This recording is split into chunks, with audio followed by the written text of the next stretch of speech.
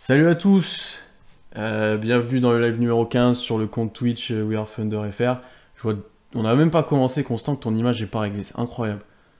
Ah, ça commence Ça bien. commence super bien, ce qui n'est pas vraiment normal. Je vais essayer de régler ça en direct. Merci à tous de venir après le match de 19h, du coup, c'est un plaisir de vous retrouver. Comme d'habitude, c'est Pierre qui vous parle, je suis avec Constant, du coup, que vous avez vu. Comment ça va, Constant? Bonjour à tous, bonsoir, hein, parce qu'il est 22h, on a si tard. Très content de vous retrouver Ouais. après cette magnifique win de la part du Thunder. Oui, magnifique win qu'on s'attendait pas trop, on va être honnête, Moi, je l'avais annoncé, hein. Les gens peuvent Ouais, constater, mais je l'avais annoncé. T'avais pas le roster devant les yeux quand t'as annoncé ça, hein. Non, mais ça s'appelle vivre dans le futur. Ouais. Alors que je vois que tous les habitués là sont là comme d'habitude, donc ça fait plaisir de vous retrouver. Bonjour à tout le monde. Ouais. Comme vous le voyez là dans le titre, on va d'abord parler un peu des matchs de cette semaine, notamment de celui qui vient de se passer, du Poku Game. Vous savez que je vais être content sur ce podcast. Et après, bien sûr, du trade de Diallo. Et oui, Constant est pas forcément très joyeux, lui, pour le coup, de ce trade-là. Ah Son bah chouchou est là, parti. c'est le pôle Nord et le pôle Sud. Là, on a Pierre qui est extrêmement content de voir son Poku Game. Et puis quand on va passer à un Diallo, c'est moi qui vais tirer la tronche. Donc, Ouais. vraiment, là, on est sur deux extrêmes. Eh ben commençons, on va parler déjà du match qui vient de se finir. Voilà, comme je l'ai dit, une surprise parce qu'on avait 9 joueurs disponibles, 8, 9. 8. 8. Pas de Dort, pas de Malédon, pas d'Orford, pas de Hill, toujours pas, bon, pas de Diallo bien sûr, pas Pas de de Beasley. Beasley. On s'attendait à un truc un peu compliqué, ou alors une énorme perf de Shea, dont on va revenir sur lui un petit peu, je pense aussi. Et au final, on s'est retrouvé face à une Ah, il équipe faut. très séduisante, notamment offensivement, qui a shooté à un niveau historique cette saison, j'ai envie de dire. On n'a jamais shooté aussi bien. Ah bah, 16 sur 30 à 3 points, ça Ça a commence. bombardé là, notamment à partir du troisième quart-temps, avec un bon run là de Poku, Jackson en met un, Shea en met un. Euh, Même là, là, on n'a pas arrêté après. Ouais. Je vois que Kamel a des problèmes d'écho. Est-ce que vous avez ça, les autres aussi? Parce qu'on n'a rien changé que par rapport à d'habitude. Donc, est-ce que ça vient que de lui ou pas? Euh, Qu'est-ce que tu retires, toi, un peu de ce match, déjà, si tu devais souligner un truc? Si je dois souligner un truc, c'est la très bonne perf de Poku. Mais après, je te laisserai peut-être en parler un peu plus dans le détail, parce que ça reste ton gars, donc je vais te laisser les honneurs. Mais sur ce match, gros run de toute la team, avec un effectif limité. On s'est quand même retrouvé à certains moments avec un 5 où c'était Darius Miller, le seul vrai extérieur, avec du Roby, du Poku et du Muscala. C'est à ce moment-là qu'on fait le run. C'est assez rigolo de voir que même en essayant de mettre l'un des pires 5 NBA, t'arrives quand même à Mais faire des runs. ce 5-là, sans déconner, non mais... Ah non, mais ce 5 là, c'est incroyable, mais c'est incroyable. C'est ce que j'ai dit quand j'ai fait le LT, ça m'étonne même plus. Parce qu'on arrive à un point où de toute façon, ça ne m'étonne, plus rien ne m'étonne, comme disait Orelsan, mais ça ne m'étonne même plus de voir ce 5 défoncer tout le monde. Et gros match de Kenrich Williams. On en parlera après quand on évoquera le cas Diallo, mais gros match de Kenrich Williams un peu en scred entre guillemets, ou en tout cas plus discret que les autres, parce qu'on va parler de Poku, bien évidemment, de Shea. Il y a un gros Kenrich Williams. Il y a Darius Miller qui d'habitude joue jamais, qui vient, qui step up, qui met des 3 plus 1 Je incroyable. vois du Ty Jerome aussi, qui a été plutôt bon aussi. Ty Jerome, entre guillemets, est un joueur de rotation. Ty Jerome, qui devient petit à petit mon chouchou, hein. Je pense que là, avec un Diallo qui est parti, mon chouchou, entre guillemets, ça peut vite devenir Ty Jerome parce que le joueur est beaucoup trop kiffant. Mais ouais, et puis Shea, quoi. Shea, sa première mi-temps, il est extrêmement bien défendu par Dillon Brooks. Vraiment, même les paniers qui réussissent à rentrer, c'est très compliqué. Et il y a eu un moment où il y a eu un espèce de switch. Vous voyez, c'est comme LeBron. Sur certaines actions, LeBron, quand on le chauffe, il s'énerve et après il plante tout. Ouais. Là, il y a un 3 points où Shea le plante, il regarde Dillon Brooks droit dans les yeux. À partir de là, il n'a pas pu l'arrêter. Trash talk, je Et pense qu'il y a eu avant 2-3 échanges. je pense que Dillon Brooks l'a bien ouverte avant. Ouais. Et que là, pour le coup, Shea, il a fait OK. Très Et du coup, je pense qu'après ce match, on est tous d'accord pour dire que Shea est meilleur que Ja Morant. Parce qu'on on peut le dire maintenant sans trembler Disons que dedans. le step back à 3, Morant le met pas. Je pense. Non, non, non. Et puis, Et attention, très bon Ja Morant, hein. Oui. Me faites pas dire ce que j'ai pas dit. Mais chez, il y a un cran au-dessus, là. Pour rester sur Shea, ce qui était aussi impressionnant là pour moi, c'est il était très bien défendu par Brooks, ça on l'a déjà dit et c'est le cas, il faut quand même le souligner parce que s'il s'énerve, c'est parce que l'autre le défend vraiment bien. Ah ouais, mais Winslow, très sous-coté, moi, je trouve. ouais. Dylan Brooks, je trouve que c'est un défenseur sous-coté. Est-ce que Winslow était pas mauvais non plus sur ses passages, enfin Ouais, ouais. ils ont de quoi faire en fait à l'extérieur Memphis pour défendre. Et quand il était en difficulté, et notamment pour chercher un switch et justement pas que ce soit Brooks sur lui, pendant une bonne partie de la deuxième mi-temps, Shea il a fait énormément d'écrans porteurs, notamment entre lui et Ty Jerome par exemple. Ty Jerome, Et ouais. ça provoquait un switch, et ben typiquement sur les dernières possessions, on se retrouvait plutôt avec Winslow sur lui que sur Brooks, etc. Ou Ja Morant. Ouais, donc là-dessus, il a trouvé des solutions en fait pour se démarquer et pour un peu enlever de pression défensive sur lui, et ça c'est intéressant de voir que on se contente pas juste de forcer, etc. Donc là-dessus, ça je voulais le souligner. Après, il est incroyable. Et si on fait le parallèle avec le match contre Dallas, c'est pareil quoi. C'est un patron. C'est vraiment le patron. Je l'attendais un peu plus agressif en début de match. Je me dis ouais, il est un peu en difficulté alors qu'il n'y a personne autour. Bon bah au final, il distribue puis il s'énerve quand il faut en fait. Donc pas grand chose à dire sur Shea. On l'a pas mis MVP parce que il y a beaucoup. Mais je pense qu'il Ça en est spoil pas. déjà les récaps. Ouais, mais je pense qu'il va sortir dans pas longtemps normalement. Donc Non, mais il fait un match ouais. incroyable. Je vois les gens qui disent faut comparer avec la QV de 2018, là, quand j'ai évoqué Ja Morant. Je suis pas d'accord, parce que typiquement, je pense que le débat aujourd'hui, il est entre Fox, Shea, Ja Morant. Tu vois, quand tu compares ces meneurs-là ensemble, je Ouais. pense que les niveaux de comparaison, ils sont entre ces joueurs-là. Et autant, l'année dernière, je pense que vous posiez la question aux gens qui est meilleur entre Ja Morant et Shea. Je pense qu'il y avait des gens qui pouvaient raisonnablement penser que Ja Morant, avec la saison qu'avait fait Memphis et sa saison rookie, il était peut-être aussi bon que Shea, parce qu'il était moins bien entouré. Ça vient aussi du All-Star Game, où ils étaient soi-disant en concurrence, etc. Oui, voilà. C'est là que ça aussi. Ça vient aussi du All-Star Game. Mais là, Shea évolue à un niveau de superstar. Vraiment de scoreur incroyable. J'ai terminé l'article sur Shea, que je vous conseille de lire. Ouais. D'ailleurs, tout le monde est très content. Ça me fait plaisir. J'avais terminé l'article sur Shea en disant que il pouvait terminer, en me posant la question de est-ce qu'il pouvait terminer la saison à 25 points de moyenne. Là, il est en train de le faire, parce que il en a planté combien? 32 contre Dallas, là, à la reprise? Ouais. 30 32 contre Dallas, 30 ce soir, tout en restant efficace, hein, parce qu'il y a du 4 sur 6 à 3 points, il y a du 10 sur 11 au lancer. Bah écoutez, là, pour l'instant, le 25-5-5, il s'en rapproche. Ouais, je viens de vous mettre l'article dans le chat pour ceux qui ne l'avaient pas lu, mais je pense que ceux qui sont là sont les plus réguliers et constants dans leur investissement, mais je vous le remets au cas où. Ouais, non, mais Shea, il n'y a pas grand-chose à dire, hein. Honnêtement, on est sur un potentiel qu'on pouvait espérer, toi et moi, même au début de saison, on l'a dit et redit, effectivement. On ne pouvait pas espérer. Oui, non, enfin... Il était trop fort. Et honnêtement, il est trop fort pour qu'on tank. Il y a un moment donné, il faut le dire, et ça a été dit par plusieurs insiders, c'est un moment, quand t'as un joueur comme ça devient compliqué. Ça devient de plus en plus compliqué. Ouais.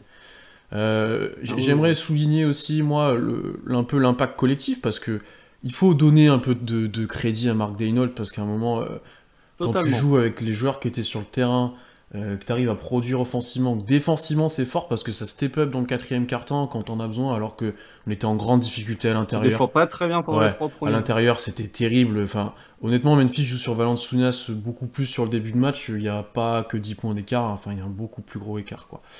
Donc là-dessus, j'ai. Même Brandon Ouais, Clark. ouais.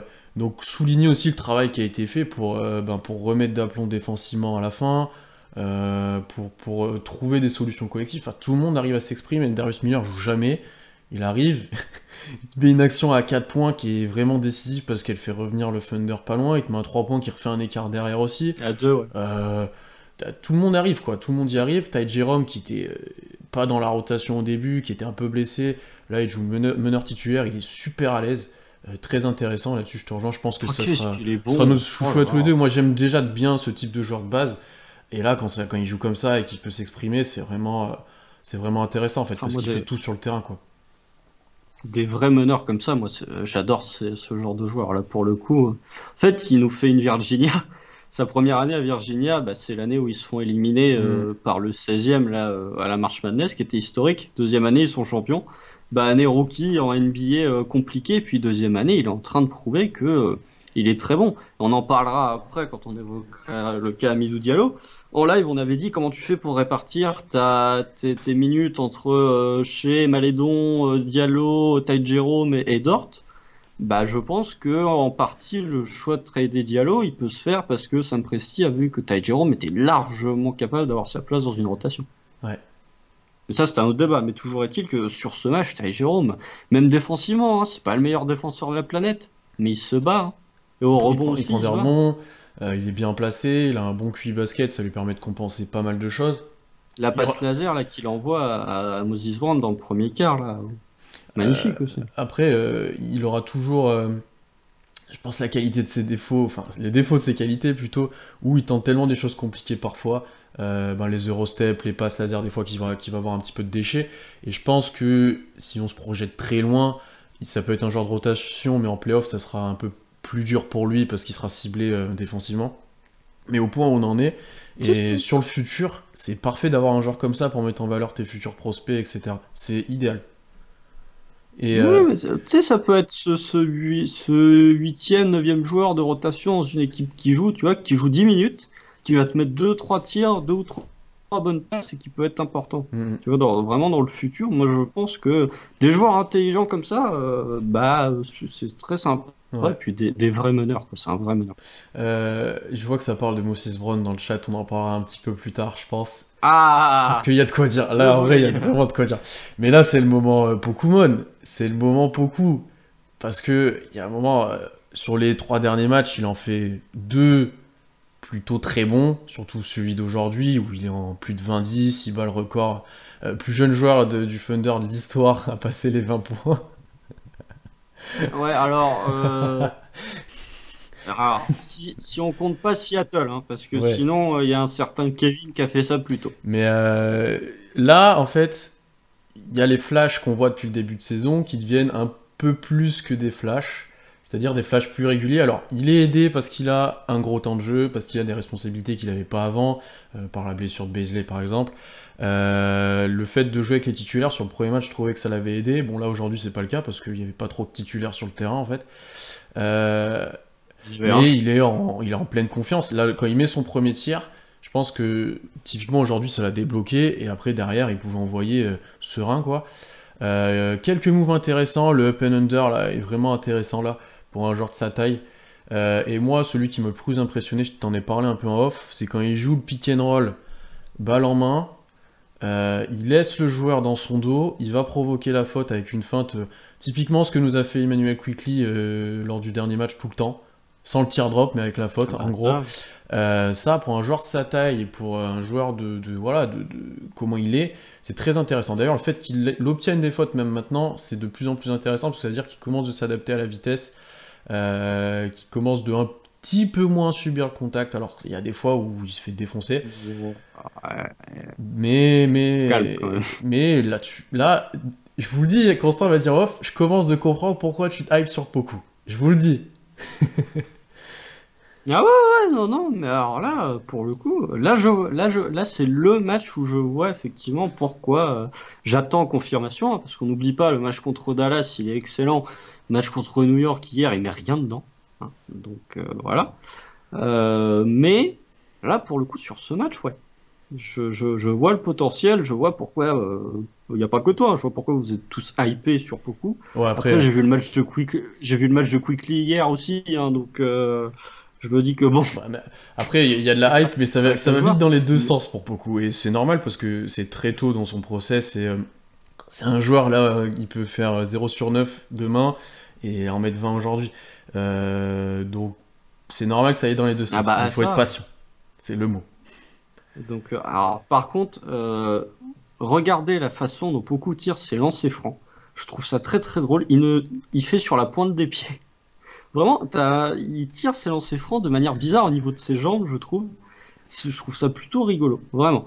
Mais même le shoot, tu vois, pour parler, là je me moque de ses lancers francs, mais pour un joueur aussi grand, dégainer aussi vite, ouais. Ça c'est fort. c'est fort. Et que ce soit après, après dribble ou en décalage, voilà, et ça dégaine vite. Hein. Ouais, ça dégaine très très vite. Je me suis amusé à tweeter que c'était une version améliorée de Porzingis. Euh, on rigole ou pas, c'est selon votre jugement, mais non, mais je trouve que ce match-là, effectivement, et défensivement, parce qu'on en a pas, c'est peut-être le point le plus satisfaisant, parce que c'est le meilleur contreur de KC cette saison, c'est le meilleur contreur chez les rookies cette saison d'ailleurs, devant Wiseman par exemple, hein, typiquement. Mais Après, ouais, il est quand même planqué hein, en DF. Hein. Il est quand même. Ben, oui, mais protecteur de Ah oui, par cercle, contre, tu vois, moi en j'entendais. fait, ce qui est bien, c'est qu'il est planqué typiquement sur un poste 3 qui fait que shooter, exemple Reggie Bullock sur le dernier match. Et ça lui permet souvent de rentrer en aide et du coup de mettre des comptes et de prendre des rebonds. Ça, c'est largement positif. Oui, mais tu vois, c'est peut-être la bonne utilisation que tu peux faire de Poku actuellement en défense. Au lieu de le faire jouer 5, tu le fais jouer 3, qui vire en aide, et un peu comme faisaient les Rockets avec Covington l'année dernière, tu vois. Oui, du coup, tu le fais Quand jouer. ils sont passés vraiment small ball, oui. tu le fais jouer, venir en aide et protecteur de cercle. Donc voilà, ouais, je comprends pourquoi la hype Poku est grande. J'attends quand même confirmation, hein, parce qu'on va pas s'emballer, parce qu'il a fait 2 bons matchs sur les 37 qui ont été joués cette saison. Mais non, en plus, il en a manqué, on va dire, sur la vingtaine qu'il a joué cette saison. Je vais attendre quand même. Mais effectivement, s'il arrive à jouer à ce niveau-là, petit à petit, ouais. Faut quand même dire aussi que depuis la G-League, il a l'air mieux. Ça, globalement, on peut le mentionner quand même. C'est musclé. Ouais, il s'est peut-être... Il faudrait comparer des photos. Il s'est peut-être étoffé un tout petit peu. Hein. Après, on parle d'une épaisseur fine, mais il s'est peut-être élargi un petit peu. Non, ça lui a fait du bien. Il est aussi mec que moi, mais il est passé. Mais il est passé. Non, mais en tout cas, je trouve que dans la mentalité, j'ai pas envie de dire qu'il y a une différence, parce qu'il avait déjà feu vert avant de partir en G-League. Ouais. Mais il y a peut-être le fait d'aller en G-League, de jouer face à des routiers. C'est méchant pour les joueurs de G-League. De jouer face à... Non, mais c'est juste pour troller. Mais de jouer face à des joueurs qui sont moins forts, entre guillemets, que des joueurs NBA, ça lui a peut-être permis de monter en confiance, d'avoir une confiance plus importante qui se transmet au moment où il revient en NBA. Ouais. Après, et qui fait que du coup, c'est shoot 30, etc. Après, effectivement, comme vous le mentionnez très bien dans le chat, situation unique, hein. Il vient de 2e division grecque, il n'a pas d'expérience, tout change pour lui, j'ai l'impression. Donc il faut le temps, mais en fait, on pouvait se décourager un petit peu au fur et à mesure des contre-performances qu'on voyait. Il est envoyé en G-League, on dit bon ok, on va être patient, et là, de ce qu'on voit maintenant, on va se re-hyper encore plus qu'avant. Donc soyons patients, mais il y a des motifs d'espoir. On sait très bien que il met 23 points. Sur les 4 prochains, il peut en mettre 13 en cumulé. Hein. Oui, attention. Oui. Donc, moi, j'attends de voir aussi quand Bazley va revenir et qu'il va retourner sur le banc, typiquement. Tu vois, quand tu vas te retrouver avec des rotations qui seront un peu plus normales et qui n'ont pas été celles qu'on été ce soir, quand tu vas te retrouver avec Bazley qui va revenir en 4 et qui va devoir jouer 3-4, quoi, qui va jouer sur le banc avec probablement du Ty Jerome et du Muscala, j'attends de voir ce que ça va donner aussi. Parce que là, pour le coup... Ça va être à suivre et tu fais une bonne transition, parce qu'effectivement, la rotation a changé depuis la fin du All-Star Break, au profit notamment d'un homme, le volleyeur, comme on l'appelle sur le compte, si vous nous suivez. Notre préféré. Moses Brown, qui a eu un rôle d'abord backup pivot, parce que le staff voulait le tester. Ça a été discuté avec Mike Muscala d'ailleurs. Je pense que Mark Daigneault voulait le tester avec le staff, voir ce qu'il pouvait donner après ses bonnes performances en G-League, surtout au début de G-League, parce qu'à la fin il était un peu plus en difficulté. Il a eu sa chance. Ouais, je pense. Oui. Il a eu sa chance. Il a plus ou moins performé. Encore une fois, il y a un peu à boire et à manger, j'ai envie de dire, avec Moses Brown. Le truc qu'on peut pas lui enlever, c'est qu'il est immense. Il est immense, il a des bras immenses, ce qui veut dire que en termes de protection de cercle, bien qu'il soit pas très bon, rien que par sa taille, ça dissuade quand même un minimum. Mais on y reviendra, mais je pense que c'est plutôt un défaut pour lui actuellement, en fait, la protection de cercle. Ouais, quand je vois enfin, quand je vois comment il se fait pousser et comment il subit des fois. Ah non, mais moi je suis d'accord. Mais tu vois, Ouais. j'allais dire, t'as dit qu'il était performant. Oui, C'est là non. où on voit la limite statistique, hein, parce Oui, que oui, oui, oui, non, en il fait, y a non, j'avais le. dit que sa taille lui servait déjà, mais par contre, en fait, il n'y a rien d'autre, quoi, c'est vraiment... Et offensivement, Mais- c'est un peu la même chose, parce que les Ah, paniers qu'il met... Ah non, si attends. on, si on peut faire un point, parce que je ne sais pas si tu vas le faire, si on peut lui donner un point positif que j'ai vu dans les commentaires quand j'ai fait le LT, il est patient en attaque. Tu vois, il monte pas au cercle Ouais, c'est vrai. directement, il fait une petite feinte, il attend que son défenseur saute pour Hmm, finir sur le cercle. Après, ça vient aussi du fait qu'il n'ait pas forcément de move au poste, ou voilà, on l'a vu tenter un running out shot aujourd'hui qui était assez beau. Magnifique. Il a pas énormément de mains, etc. Mais là aussi, il a la qualité qu'il est immense, donc rebond offensif, il pèse énormément. Il peut dunker quasiment à chaque action sans presque sauter. Euh, et en fait, si tu arrives à lui donner la balle à environ 1 mètre du cercle, t'as quand même des chances de marquer 2 points, t'es plutôt serein. Par contre, moi je l'ai pas vu effectuer un pick and roll lancé. Tu vois ce que je veux dire? Ah si, il y en a un, je crois, il y en a un. Ouais, mais alors, Il y en a un dans le comparé à la match là G-League, il avec. l'avait fait un petit peu plus, notamment il y avait des actions avec beaucoup où ils se connectaient bien tous les deux. Là, bon, on n'a pas le jeu qui s'y prête au Thunder, mais je l'ai pas trop vu faire ça. Pas de nouveau poste, ça par contre c'est certain. Et j'ai quand même l'impression aussi que notre jeu de dribble end-off constant avec Horford et Muscala, quand il est là, on peut quand même un peu moins le faire. Donc ça va être plus de Oui. l'écran. Alors que je remarque que Ouais, mon oui, image est ça décalée saute de sur temps en temps. En fait, je le. pense que c'est bien de ta connexion. Quand ta connexion doit baisser un petit peu, ça la décale et ça la remet toute seule. Je touche à rien depuis tout à l'heure. Ah, mais ma collection est très bien. Qu'est-ce que c'est que ces Ton son critiques là? saute, rien que pour moi. Alors, si vous avez des problèmes, j'en suis désolé dans le chat. Tout, tout, tout, tout. Euh, Aucune critique ne sera faite sur ma collection. Mais non, non, non, mais oui, bah écoute, Moses Brown, est-ce qu'on va vraiment faire un quart d'heure sur Moses Brown, sachant que non. est-ce qu'il fera partie de la rotation, tu vois, à partir du moment où tout le monde reviendra, tu peux te dire que tu auras du Ty Jerome, tu auras du Kenrich Williams, du Roby qui a montré des choses ce soir. Bon, écoute, c'est un joueur fonctionnel, on va dire. C'est une jolie pieuvre. Très bon au volley, je pense. Il mettrait des beaux gros comptes, mais après, est-ce que ça en fait un joueur NBA? Pas pour l'instant. J'ai vu dans le chat que certains nous disaient que c'est un Nerlens Noël. Oh, Euh, Vous avez Nerlens Noël, il- tu l'envoies au très, large, il est très, capable de te très, défendre. très dynamique, Nerlens Noël. En Ah, plus. Nerlens Noël, ouais, il est mobile, hein, en mobilité latérale. C'était pas Steven Adams non plus, donc.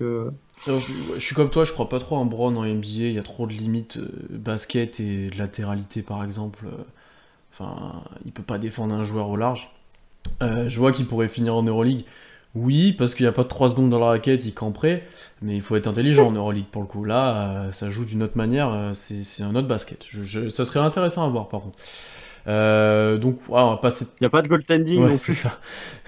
Donc, on va pas s'éterniser sur lui parce que c'est peut-être pas lui qui fera le futur du Thunder, loin de là. Moi, que je trouvais intéressant par contre, c'est le fait que Muscala soit plus dans la rotation. Alors, il a joué aujourd'hui parce qu'il y avait que 8 joueurs, 9 joueurs. Mais il était plus dans la rotation depuis 2 matchs. Est-ce que on s'inquiète ou on fomente un peu là-dessus, j'ai envie de dire, en mode il va être tradé, ou est-ce que c'est rien? Non, moi je pense que c'était une expérimentation. Pour le coup, Combien de temps ça va on va durer en du coup? parler là. Bah, je pense que ça va durer jusqu'à la trade deadline. Possiblement, il peut être tradé, mais encore une fois, on en a discuté juste avant. Hormis un second tour, qu'est-ce que tu récupères contre Mike Muscala? Quelle équipe serait vraiment intéressée par Mike Muscala? Je pense qu'il y en a, hein. Typiquement, on en a parlé la semaine dernière. Mais du côté de Philly, je pense qu'il serait content de le récupérer. C'est pas non plus, c'est pas PJ Tucker, quoi. C'est pas un joueur avec une valeur immense. Après, est-ce que ça veut dire qu'il va être bougé ou c'était juste parce que les gars de J-League revenaient et comme l'a dit Degnault, ils voulaient tester Moses Brown? Je ne sais pas. Je pense qu'il y a un peu des deux. Ouais. Mais ouais, bah on teste quoi, on teste. Hum. Il y a raison de tester. Il a raison de tester. Après, combien de temps ça va durer? Est-ce qu'il y a quelque chose derrière? Je sais pas. Je sais pas. Qu'est-ce qu'on pourrait récupérer aussi? C'est... Un second tour. Ouais, en gros, hein. Sachant que Et un Muscala, de second toute tour, façon, son un truc contrat se pour termine. matcher les salaires. Ouais, son contrat se termine de toute façon. Tu vas pas en tirer grand-chose, hein, enfin... Non, que dalle, que dalle. Puis même, tu vois, par rapport à Aldridge, qui vas-tu Mais chercher? Aldridge, je demande aux Spurs, Ouais. ils veulent un second tour pour Aldridge. Hein. Non, j'ai vu passer un package là de Miami apparemment qui a fuité. Il n'y avait pas qu'un second tour, je peux te dire, hein. Non, mais il y a l'antisémite dedans, il y a Kezi Opala. Ouais, il y a un moment Il où y avait vas-y, c'est Bradley, pas non. Opala, Leonard et des autres trucs, je crois. Non, mais oui, mais comme dirait Trash Talk, rajoute Mataron dans le package aussi. Mais Aldridge, à tous les coups, tu vas voir, il va être coupé. Hein. Ouais, peut-être, peut-être. Il va être coupé. Là où PJ Tucker a peut-être plus de chances de bouger pour le coup. Moi, pour le coup, à voir ce qui. Ça me fait chier si Muscala est là et qu'il joue pas parce que j'aimais bien son début de saison. C'est un bon gars. Je vois que ça partage mon avis un peu dans le chat. J'aimais bien ce gars-là en fait. Alors, c'est pas le Ouais, non, moi futur, je suis mais d'accord. il a jamais rien dit. Il a toujours été nickel dans le comportement. Ouais, moi, c'est pour ça que c'était un peu bizarre et que je voulais en parler, effectivement. Non, mais je suis d'accord. Moi, c'est un joueur que j'aime bien, joueur collectif, tu vois. De toute façon, il y a un moment où il va falloir se poser la question, quel vétéran dans l'histoire d'OKC s'est plaint? Il Il y n'y en en a a pas. Hein. très peu. Des vétérans, il n'y en a pas, hein. Celui qui s'est le plus plein, honnêtement, c'est Reggie Jackson, et c'était pas vraiment un vétéran quand même. C'était pas Pas un du tout. vétéran. C'est ce qu'il y en a qui Tu vois, se sont même plaints. Patrick Patterson, quand il jouait pas, bon, il était nul, mais Euh, il faisait pas la gueule. Markieff Morris, dans son passage, Non, c'est pas son frère, il c'est son était. frère ou c'est lui qui se plaint de son rôle et qui Non, disait. non, c'est Markieff, mais Markieff, il s'est pas plaint de Ouais, son mais rôle il au y a eu OKC, une il a rien histoire à un dit. moment en mode, si je me souviens bien, que OKC l'avait mal utilisé, etc. Mais je pense que c'est son frère qui l'avait défendu, je pense. Oui, bon, Du ça, coup, les frères Maurice, ouais, mais c'est le pour seul le souvenir que j'ai à peu près d'un vétéran dans ce type-là. Tu vois, même Raymond Felton, le moment où il jouait pas, là, qui était bizarrement le moment où on était le meilleur, il disait rien non plus. Hein. Ouais, Bon, après, Billy Donovan l'a fait jouer, c'était autre oui. chose. Mais, Puis il avait fait des bons matchs, hein. Il mangeait bien Même Melo, voilà, je vois dans le il- chat, même Melo, il a parlé. Felton, il Hein. avait fait des bons matchs, il mangeait bien, il était content, hein, honnêtement, il faut pas... Ah bah ouais. Grant, il boudait, Lui, c'est- il avait des Wendy. Grant, il boudait, je sais pas. Ça se voyait pas sur le Non, terrain, il l'a dit quand il est parti, en fait. C'était pas... il a eu une déclaration qui était Un top, peu mais maladroite. il boudait pas non Mais plus. qui était vrai en soi Non, qui aussi. était pas Et qui top. était vrai. On peut pas lui enlever quand Oui, il avait bon. dit... Eh, tu dis ça un an plus tard, tu signes à Détroit. Enfin, tais-toi. Franchement, ouais, c'est bon, vas-y, arrête. Non, voilà, on a fait... Ouais, non, c'est bon. effectivement, très peu de vétérans qui sont pleins, et ouais, donc jusqu'à là, très bon gars aussi, donc si on vient à partir, bon, c'est comme ça, c'est un fait, mais c'était assez spécial là, depuis le voir jouer alors qu'il avait été bon depuis le début de saison. D'ailleurs, je fais une petite Ouais. pub, je vous invite, il y a un des podcasts US sur le Thunder qu'il a eu en interview pendant 1 heure, assez intéressant pour ceux qui comprennent l'anglais, et encore une fois, vous voyez que c'est un gars très gentil, il parle un peu de Degnault, il parle un peu de Malédon aussi, donc je vous invite à l'écouter si jamais vous l'avez pas fait. D'autres choses à dire, Constant, sur ces 3 derniers matchs? Moi, j'ai un petit truc à dire, sinon, mais je vais te laisser commencer. Bah, moi, j'ai pas grand-chose à dire de plus, hein, pour le coup. Si, le fait que, bon, ça y est, on est trop bon pour tanker. Hein. Je pense qu'on peut l'affirmer. Cette 12e place, là, elle nous Ouais. tend les bras. Hein. Et ben, tu me fais une bonne transition, c'est parce Ah, que il y a 2 jours, enfin après le match contre Dallas, j'ai tweeté que si on gagnait les 2 ouais, prochains, mais lui, il est fou. j'ai dit si on gagnait les 2 prochains, j'ai dit maintenant je m'en fous, c'est sûr qu'on n'aura pas Cade, etc.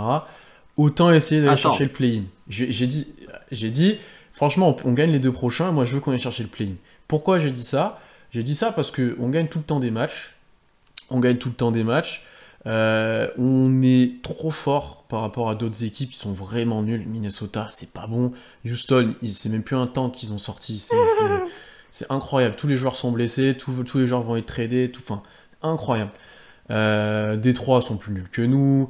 Je crois que les Cavs commandent d'être un peu mieux parce qu'il y a des joueurs de retour, notamment Love et Ned, si je me trompe pas, ou ils sont pas loin en tout cas. Donc peut-être que ça peut remonter. Orlando Orlando, aussi.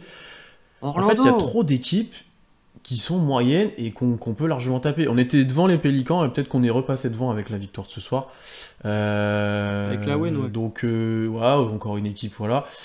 On peut pas descendre très très bas. On va être au mieux 7, 8. 8, 9, là, on est 9, je Ouais. crois. Et du coup, à un moment, quand on est à 2 matchs du play-in et que je vois comment on joue, et que je vois qu'on peut taper des adversaires directs, Memphis, Dallas, je me dis... Non, Dallas, c'est pas le même contexte. C'est pas le même contexte. Dallas, il manque Doncic, il manque Porzingis. Mais là, on tape Memphis sans personne. Donc c'est un peu... Tu vois ce que je... Oui, mais ça... c'est les matchs pièges, on les connaît. Oui, non, mais... et on avait battu les Spurs avant le break aussi, si tu pars comme ça, qui sont... Oui, mais il y avait des joueurs qui étaient out. Il y en a tout le temps des outs des deux côtés. Il y en a tout le temps. Dans tous les matchs, il y en a des outs maintenant. Moi, je pense que t'as pas le niveau pour aller jouer le play-in. Je maintiens. Quelle équipe Là, on est 11e. Quelle équipe tu vois descendre potentiellement pour qui on pourrait choper la place?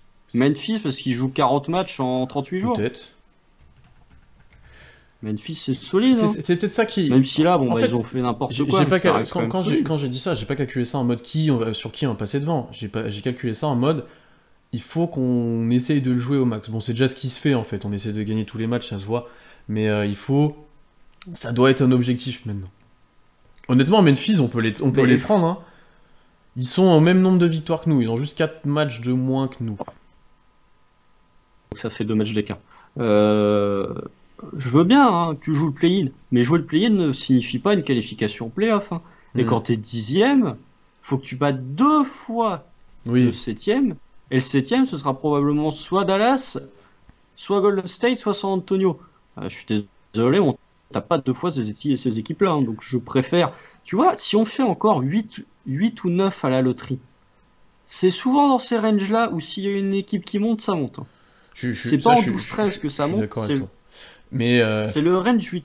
Et pour le coup, là, je vois Nathan dans le chat qui exprime bien. Moi aussi, ce qui m'embête, c'est que je veux une décision. Je veux soit un tank ultime, soit on joue le play-in à mort. Et là, on est dans l'entre-deux. De quoi? Non, là, ce qu'on a fait de reposer tout le monde, c'était du tanking. Mais c'est ce que j'allais y venir. Parce qu'on a gagné. J'allais y venir. Moi, j'ai dit, si on continue comme ça et qu'on continue de gagner des matchs, il faut qu'on se mette vraiment dans la tête. Il faut jouer tous les matchs à fond. Horford joue les back-to-back. Et voilà. Et là, on a fait l'inverse. On a choisi en mode tout le monde au repos. Ouais, mais le problème... Regarde, le fait de pas faire jouer chez hier, c'était du tanking aussi. Hein. Oui. Tu t'es dit, on fait pas jouer chez hier parce que les Knicks sont moyens forts, entre guillemets, même s'ils ont un bilan à plus de 50%, tu vois, c'est pas non plus, c'est pas Denver, c'est pas les Clippers, c'est pas les Suns, c'est pas le 8 non plus qui est en forme récemment. Du coup, tu fais pas jouer chez, tu perds. Je pense que la question, c'est pas compliqué, hein. Tu vas avoir un bon pick à la draft, tu fais pas jouer chez jusqu'à la fin de la saison parce que quand il sera là, t'as quasiment tout le temps une chance de gagner le match. Ouais. Et même quand on enlève tout le monde à côté de chez, on s'en sort pour gagner, là, comme ce soir. Moi, ça m'embête, en fait, parce que comme tu l'as dit presque dès le début du podcast, on est condamné à être dans le ventre mou, là, j'ai l'impression. Et moi, ça m'embête. C'est pour ça aussi que j'ai tweeté ça en mode, ok, si on allait plus haut, du coup. Non, parce que moi, je préfère, je vois pas l'intérêt d'aller encore plus haut, sachant que tu passeras pas le play-in. Au moins, reste 12e, tu vois. Si vraiment... Tu veux être dans une situation à la con, reste 12e, parce que tu seras 8-9, tu as moyen potentiellement de monter à la loterie. Et faut pas oublier quand même que même si Houston termine avec le pire bilan de toute la NBA, tu as quand même 48% de chance de récupérer leur pick le soir de la loterie. Ça va, une chance sur 2 d'avoir un pick dans le top 4, moi je prends. Hein, donc, Non, on a un pick avoir le choix 5, du coup. Oui, d'avoir le choix 5, pardon. 48% de chance d'avoir le choix 5 ou un choix qui est dans le top 5, top 6, top 7. Moi, je prends. Parce que quand tu vois la QV, si t'es à 5, tu peux potentiellement repartir avec Kuminga ou des joueurs intéressants. Et même si tu fais, je sais pas, 5 et 10, t'as moyen de faire un package, je pense, pour monter. Bon. On en a déjà assez parlé. Toujours est-il que je vois pas l'intérêt de jouer le play-in. C'est de l'expérience. Les jeunes... Tes jeunes ont déjà fait tes cadres majeurs ont déjà fait les playoffs l'année dernière. Malédon l'a pas joué. C'est pas un cadre majeur. Shea avait pas du tout le rôle qu'il avait l'année dernière. Il l'a pas du tout cette année. Mais tu passeras pas le play-in de toute façon. Oui, mais au moins il a une expérience. Dort aura pas le même rôle. Enfin, si, un petit peu. C'est peut-être celui qui aura le plus le même rôle. Je suis mauvais. Beasley aura pas le même rôle. Tu vois, c'est notre expérience. C'est notre expérience. Ouais, franchement, allez, sur le premier match, si t'es 10ème, tu joues le 9ème, on est d'accord? Non, 7ème. Non, c'est pas le 7 et le 8 qui jouent, tu joues le 9 et le 10, et après tu dois taper 2 fois le perdant du dessus.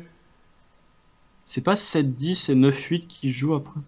Je sais plus. Bon, Enfin, je sais plus. C'est la merde de toute façon. leur En play-in. fait, on Vas-y, déteste, je on déteste regarde. le play-in, c'est pour ça qu'on se trompe tout le temps sur les trucs, c'est parce qu'on n'aime pas ça. Mais c'est quand même une expérience, tu peux pas l'enlever, et ça, c'est tout. Et après, je vois dans le chat, je réagis un peu aux questions. Ouais, les gens disent que c'est plutôt comme j'ai dit moi. On peut monter dans la draft si on a un choix, comme dit Constant, entre 5 et 10, mais il va falloir envoyer des pics. Et Alors, effectivement, on peut attendez. envoyer plein de choses si on veut pour monter dans la draft. On a des packages énormes et on en a parlé avec Alan il y a une semaine maintenant. Donc en gros, apparemment, c'est Le... comme je t'ai dit, c'est le 7 et le 8 se jouent, le 9 et le 10 se jouent. Oui. Alors, c'est débile. Voilà. C'est-à-dire... Non, mais c'est encore plus débile. Parce que ça veut dire que du top 8, tu auras forcément une équipe qui n'y sera pas. Oui. Non, non, pas C'est... forcément. Non, pas forcément. Si ton 7... Bah si, le 7ème qui joue face au 8. Bah oui, mais après... Le 7ème joue face au 8. Oui. Le vainqueur de ce match sera 7ème. Oui. Et après, le Le 8ème, il 9ème rejoue. joue face au 10ème. Oui. Et le vainqueur de Le ce... vainqueur du match Love 10 jouera face au perdant. Oui. C'est de la En merde. fait, le 8, Alors, si tu perds ton match 7-8, tu dois rejoindre un match pour te qualifier. C'est ça le truc. voilà, d'accord. Allez, alors, Très bien. faisons Très bien. une prospection. Imagine, on est 10. En 9, on joue les Spurs ou Memphis. On peut gagner. Je suis désolé avec toi, on peut vraiment gagner. Et après, on se retrouve Ouais, contre ouais, qui? face aux Spurs, de toute façon, je sais, ils vont en planter Voilà. 58 à chaque fois. En fait, sur un malentendu, à cause du play-in, tu peux être en playoff. Vraiment. Hein. Non, attends, le 8, ce sera soit Dallas, soit Golden State. Tu vas vraiment taper Dallas ou Golden State? Je pense pas. Ouais, Ah, bah, voilà. alors, imagine Et- le scénario idéal. Dallas, Non, mais le imagine, scénario. avec des si Kevin Durant Non, en non. prolongé. Hein, Je te dis un scénario, tu me dis c'est impossible. Dallas finit 7ème. Les Spurs finissent 8ème. Les Warriors 9ème. Ah non, ça va pas. Je nous ai oublié. Je nous ai oublié dans le De toute façon, classement là. on est 11ème. Faut virer une équipe. Ouais, faut virer une équipe. Je vous ai oublié dans le classement. Ma théorie, elle fonctionne pas du coup. Je voulais qu'on joue et les Spurs et Memphis en fait, mais ça va être chaud. Mais non, tu peux pas. Si, les Spurs, ils ont un petit peu d'avance, Ouais. mais Ah, ça va être vas-y. chaud. De toute façon, faut enlever une équipe. Donc, t'enlèves qui? T'enlèves les Spurs, t'enlèves Memphis. Ouais. Tu vois, c'est peut-être Memphis, étant donné. Alors, je vais regarder leur difficulté de calendrier, mais si ça veut rien dire, mais je vais quand même regarder leur difficulté de calendrier, sachant qu'ils vont jouer 120 matchs en 4 heures. Peut-être 120 que matchs en avec 4 heures. l'enchaînement des matchs, avec l'environnement des matchs, ils peuvent un petit peu douiller. Alors, nos amis de Memphis, enfin, nos amis du Tennessee, parce qu'il faut pas dire Memphis, ils ont le 14e calendrier le plus difficile pour l'instant de toute la ligue. Ok. C'est middle. Et San Antonio a le plus difficile. Sachant qu'ils ont le plus de matchs à jouer. Ouais, tu vois. Mais il y a combien de matchs d'écart entre nous et San Antonio? Il y a 4 matchs. 4 matchs. Ouais. Les classements, pour qu'on soit En fait, c'est net et précis. c'est que moi, je veux éviter vraiment ce ventre mou qui m'emmerde vraiment. En fait, c'est. Même pas, il y a 4 matchs et demi d'écart entre nous et San Antonio. Ouais. C'est beaucoup, hein, 4 matchs et demi, il en reste plus que 35. Hein. C'est à voir, c'est à voir. En fait, là, ce que je redis, ce que je pense vraiment, c'est que j'aimerais qu'il y ait une prise de décision. Bien sûr que j'aimerais qu'on soit dans les bas-fonds de la ligue pour avoir Cade.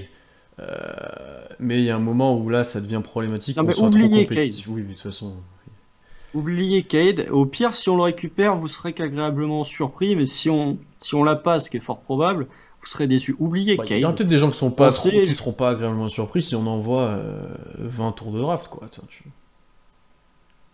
Oh non, non, mais là, faut arrêter, parce que Cade, Je te dis pas, Cade, il est en train de faire Oui, mais. mater les matchs de Cade. Hein. T'as vu ce qu'il a encore fait hier soir? C'est n'importe quoi. J'espère qu'il sera à la March Madness, parce que c'est pas sûr apparemment. Mais ça sera Je crois qu'il intéressant. reste un match à gagner encore. Ils ont gagnent le perdu, tournoi, là, ils ont sont perdu qualifiés. perdu hier en finale. Ah bah ils y sont plus du coup. Mais il y a du Ils sont repêchage tout le temps en fait. Bon bref, pas le débat. regardez des matchs de Kate Cunningham au pire. Mais oubliez le fait qu'on le récupérera, au pire vous serez content, au pire vous serez pas content, voilà. Mais moi, comme je t'ai dit, je préfère qu'on reste entre guillemets. J'ai pas envie qu'on monte plus haut. Quitte à... Vas-y, reste à ce niveau-là, même si c'est un ventre mou et même si c'est vraiment la pire place possible, reste à ce niveau-là, parce que de toute façon... Hmm. Au moins, garde un minimum de chances de monter dans la draft. Un minimum. Après, c'est frustrant, hein. En vrai. Enfin, Mais c'est victoire avec c'est pas un mauvais goût, quoi. Là, on fait un super match. On gagne contre Memphis avec plein de joueurs absents. Et tu te retrouves à te dire, bon, est-ce qu'on aurait dû gagner, quoi. Non, mais je t'ai dit en off avant, celle-là me dérange moins que celle contre Dallas. Parce que c'est une win où t'as un gros Poku, un gros Shea, où t'as un comeback. Ça, je trouve que ces Ouais. wins-là, elles sont formateurs. Contrairement à celle contre Dallas où il y a personne, où tu gagnes parce que alors Ford est bon, parce que t'as un bon Shea comme Parce que d'habitude. Doncic je sais Je pas trouve que là. ça, oui, voilà, parce qu'il y a des absents. Ça, c'est des wins qui, je trouve, sont entre guillemets inutile. Là où celle-ci, je la trouve Hmm. intéressante, bien elle fait quand même plaisir, hein. D'habitude, les wins ne font pas spécialement plaisir. Celle-là, j'étais quand même content. Mais je trouve que celle-là peut être formateur. Tu vois, Ouais. beaucoup, il peut avoir un match référence. Tu vois. Non, je suis d'accord. Je suis d'accord. On va passer à autre chose parce que les débats tanking, on le fait, je pense, chaque semaine. Oh, On va parler du trade de ton chouchou maintenant, Constant. Euh, on avait dit qu'on arrêtait de parler de tanking. Pourquoi Oui, t'enchaînes mais c'est avec vrai Diallo? parce on reparlera peut-être de tanking du coup dans Diallo, dans le trade de Diallo. Amidou a été envoyé à Je, Détroit je quitte ce stream. contre, Ouais. contre Svi Mykhailiuk et un second tour de 2027 qui d'ailleurs vient des Rockets, si je me trompe pas. Euh, Encore. En fait, ce trade c'était une surprise, on va être honnête, on s'attendait pas à voir ça. En se levant, on était tranquille, on a vu ça, on a dit oula, oula là. Qu'est-ce que tu penses de ce trade d'un premier abord, avant qu'on discute peut-être des pourquoi et des contreparties, voilà. Le temps que je remette dans le chat l'article que j'ai écrit sur le trade, du coup. Alors, je sais que vous êtes tous impatients de connaître mon avis sur le trade d'Amidou Diallo. Pour ceux qui nous suivent depuis un an, Un allez, petit 6 mois, moment. on va dire non, parce que j'en parlais déjà au mois de juillet. Donc pour ceux qui nous suivent depuis plus de 6 mois, les gens savent que même quand il était nul, j'ai été le défenseur d'Amidou Diallo. Pendant la bulle, quand tout le monde le défonçait, moi je disais ah quand même, n'exagérez pas, il a du talent. Le problème, c'est que c'était quand? C'était vendredi? Vendredi, samedi? Je sais plus, c'était hier? Non, c'était Ouais. hier. Hier, je me réveille très tardivement dans l'après-midi, je vais pas vous le cacher. Je tombe sur la conversation qu'il y a entre toute la team. Je vois trade de Diallo. Bon, déjà, le Vosges, qui d'habitude, je reçois les notifs du Vosges sur mon téléphone quand il me partage les liens de ses podcasts qui sont nuls à écouter. Par contre, quand c'est Diallo qui est tradé, j'ai pas la notif. Parfait. Bah, qu'est-ce que vous voulez que je vous dise? On trade un joueur qui a été considéré, pas que par moi, hein, Sam Vénétie en a parlé comme l'un des joueurs les plus sous-cotés actuellement en NBA, Veseni. qui fait une saison. Oui, mais c'est T'as dit Nice. Vénétie, je J'ai crois. dit quoi? T'as Je me dit suis bourré? Vénétie, je crois. Venise, tout ce que vous voulez. Mais qui était considéré comme l'un des joueurs les plus sous-cotés en NBA, qui faisait une saison où il a fait taire beaucoup de critiques, dont celle de l'équipe, dont plein de gens dans les commentaires que je n'ai pas retrouvés au cours de la saison à mesure que Diallo faisait des gros matchs. Ils ont basculé sur Beasley Tout ça, après, tu vois. ils ont basculé sur Baisley, effectivement. Tout ça pour un Twix et shooter random numéro 348. La contrepartie, je pense qu'on va tous être d'accord pour dire qu'elle est dégueulasse. Ah, j'ai une question Donc pour voilà, toi. moi, Alors, est-ce que vas-y. t'envoies un first pour avoir Amidou Diallo? Mais j'échange pas Je Amidou te Diallo. pose, je Je te te dis, pose une question. Est-ce que t'es l'équipe, t'envoies un first pour avoir Amidou Diallo? si je suis manager des Ouais, si Pistons, t'es manager des Pistons, est-ce que t'envoies un first pour avoir Amidou Diallo? Ou est-ce que bah t'en... non. Voilà. Donc t'as ta réponse en fait. Mais, mais non, mais c'est Ah, pas une. ah, ah, Je te bah, parle pas de la bah, si, contrepartie parce que pour à les mon Pistons. tour maintenant. Je parle du fait de le trader. Ah, je n'avais pas terminé. Je- La contrepartie est dégueulasse. Euh, et je sais qu'il va nous sortir un argument. Gna gna gna, on voulait pas le prolonger. Parce que c'est vrai que 7 millions, alors qu'on a 80 millions de cap disponibles l'année prochaine, ça fait chier. Gna gna gna. Moi, je pense. c'est ma théorie personnelle, qu'il y a un changement de philosophie, c'est pas que la mienne en théorie, il y a un changement de philosophie qui est en train de se produire à OKC, qui me plaît pas particulièrement, et c'est une philosophie dans laquelle Hamidou Diallo avait pas sa place. Donc, le move, est-ce que c'est un bon move? Pour moi, non. Ça entraîne un changement de philosophie dans le jeu du Thunder qui a déjà été entrepris cet été avec la draft de Poku. Et Pour de moi, Malédon. c'est Et de une Malédon. mini connerie. Dans un autre Non, si, registre, effectivement. Si, parce que à un moment donné, et j'en reparlerai ensuite, on draftait que des athlètes qui avaient aucun skills. Là, tu draftes Poku et Malédon. Je te rejoins, Oui, il faut que tu inclues Malédon dedans, t'es obligé. Même vite Krejci en soi, tu dois l'inclure, je pense, s'il joue un jour. Pour moi, c'est pas le même genre de joueur. C'est pas le. Malédon est moins un joueur analytique que peut l'être Poku, par exemple. Mais voilà, ça s'inscrit dans un changement de philosophie que moi je trouve discutable, pour rester gentil, qui m'embête un petit peu parce qu'Hamidou Diallo faisait une excellente saison et que ça me fait quand même un peu chier qu'au moment où le gars commence à répondre à toutes les critiques, il est tradé. Donc voilà. Alors, moi, pourquoi je suis moins choqué de ce trade que Constant, aka Constant Diallo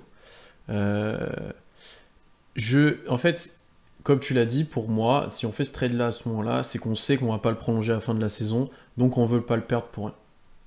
Après, ça, on peut le justifier ou non, on peut ne pas être d'accord ou non. On sait que tous les deux, toi et moi y compris, on voulait le prolonger à pas un prix correct. Hein. Quand t'as 64 cap. Oui, ça, je suis d'accord avec toi et moi, on l'aurait prolongé. Apparemment, Sam Presti n'est pas de cet avis-là. C'est son avis de scout, etc. Moi, j'ai tendance quand même à lui faire confiance. Mais on peut ne pas être d'accord, ça, je l'entends totalement. Et pour le coup, je l'aurais peut-être gardé, et effectivement, ça m'aurait pas dérangé.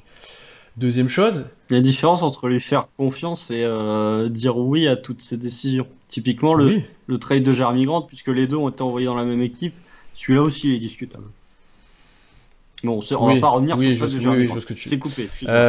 Ensuite, pourquoi Presti aurait fait ça? Est-ce qu'il croit autant que ça à son plafond, à son potentiel? Parce que, discutons-en, le plafond d'Hamidou Diallo, c'est quoi? Est-ce qu'on en est si loin que ça, au final, actuellement? Parce qu'il sera difficilement plus efficace au cercle, il sera difficilement meilleur créateur, encore c'est le point sur lequel je veux bien avouer, il peut peut-être encore progresser. Il aura jamais de shoot. Il a vachement progressé. Mais il peut peut-être encore le faire. Et il aura sûrement jamais de shoot. Ça, pour moi, c'est clair, net et précis. Il aura jamais de shoot. Donc, Presti a peut-être des doutes sur son plafond, plus ou moins haut, etc. Voilà. Ça, je suis pas forcément, en fait, je suis pas forcément fan de ce qui a été fait, mais j'arrive à le comprendre, en fait. C'est ça que je veux dire. Dernière chose, et ça, tu as très bien commencé de l'aborder, le changement de culture, il est flagrant. À un moment donné, il faut s'en rendre compte depuis plusieurs années. Je dirais pas comme toi que c'est qu'on veut jouer analytique, bien qu'il y ait un peu de ça, mais ça va au-delà de ça en fait. C'est qu'on veut plus d'athlètes bruts, on veut des joueurs de basket. Ce qui a longtemps été la grande problématique à OKC.